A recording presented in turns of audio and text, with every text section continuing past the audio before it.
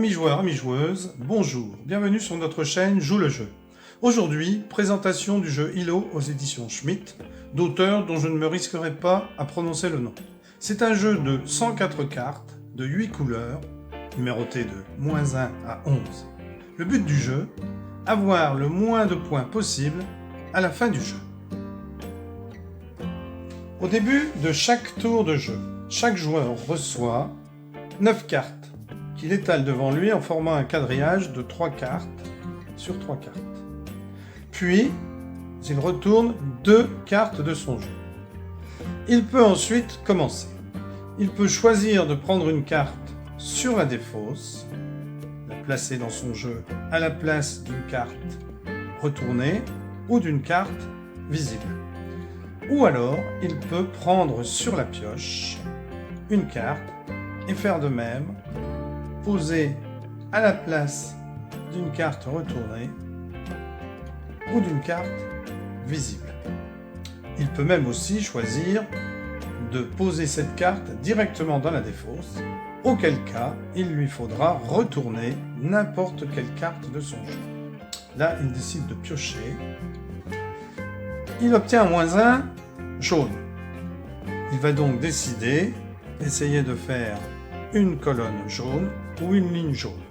Car lorsque l'on constitue une colonne d'une même couleur ou une ligne d'une même couleur, on se débarrasse de ces cartes. On peut même dire à ce moment-là « Hello ». Donc lui, il décide de poser cette carte ici. Et il doit donc jeter cette carte dans la défausse. C'est au joueur suivant. Le joueur suivant, qui a déjà une carte orange, se dit qu'après tout, il pourrait prendre dans la défausse. Cependant, c'est un joueur. Et le 8 étant une valeur assez élevée, il décide de tirer une carte. Par chance, il obtient une carte orange, mais inférieure. Il décide donc de la poser pour former une ligne orange. Il pose la carte et pose l'autre dans la défausse.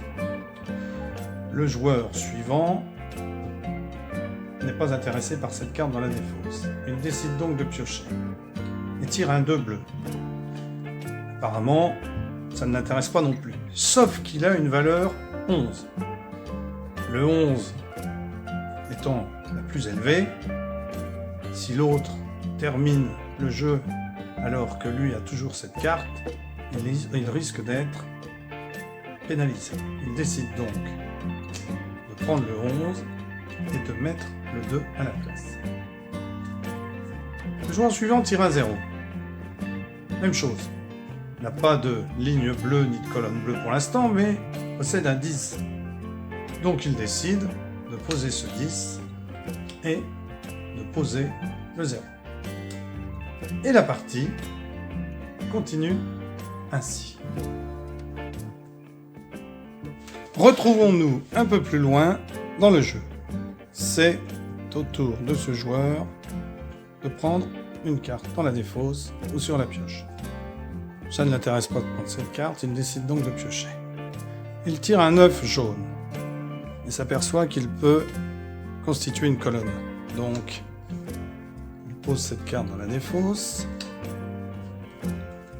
il supprime sa colonne jaune avec la valeur la plus faible sur le dessus. Ce joueur-là s'aperçoit qu'il a un 10 vert et qu'ici, c'est un -1. Donc, il décide de prendre la carte. -1. Plus beaucoup de cartes retournées.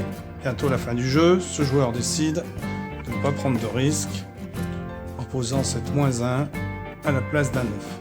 À constater qu'il a 2 cartes bleues l'une à côté de l'autre. Sauf que pour se débarrasser de ces cartes, il en faut 3. Donc ici, il ne lui reste plus que des colonnes.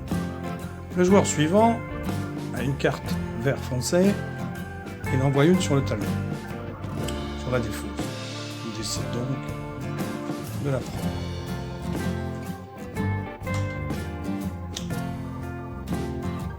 Ce joueur-là, la valeur 7 ne l'intéresse pas.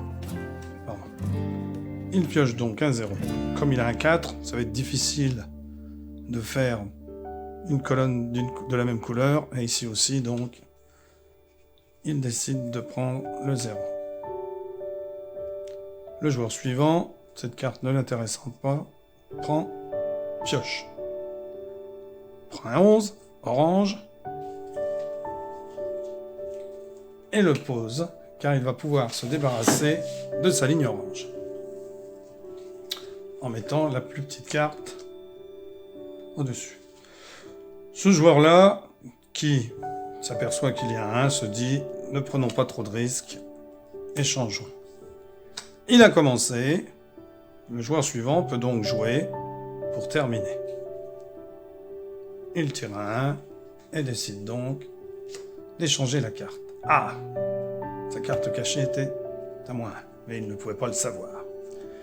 Lorsque la partie se termine, on se munit d'un crayon et d'une feuille, car ce n'est pas fourni avec la boîte, et on compte les points. Le joueur 1, 3 et 2, 5 et 1, 6 et 4, 10, moins 1, 9.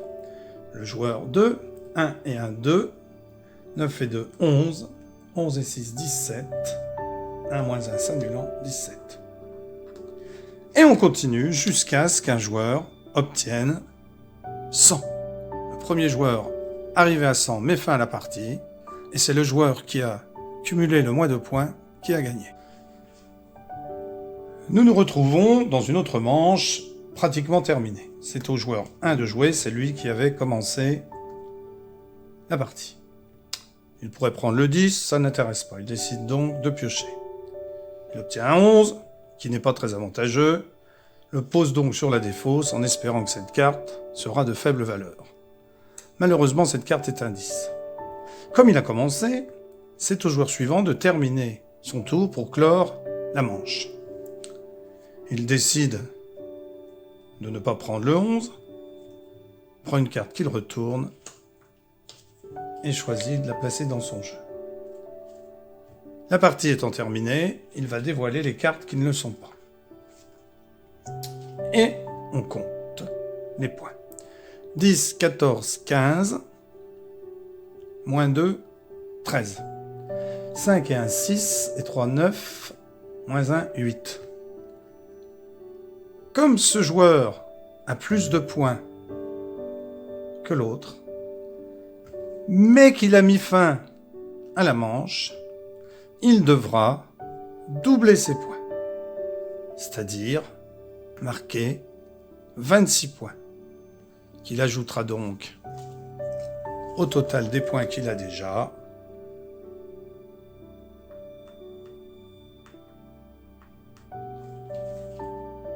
Et le joueur marquera, lui, ses 8 points. Amis joueurs, amis joueuses, Joue le jeu vous souhaite une bonne continuation. N'hésitez pas à vous abonner, à liker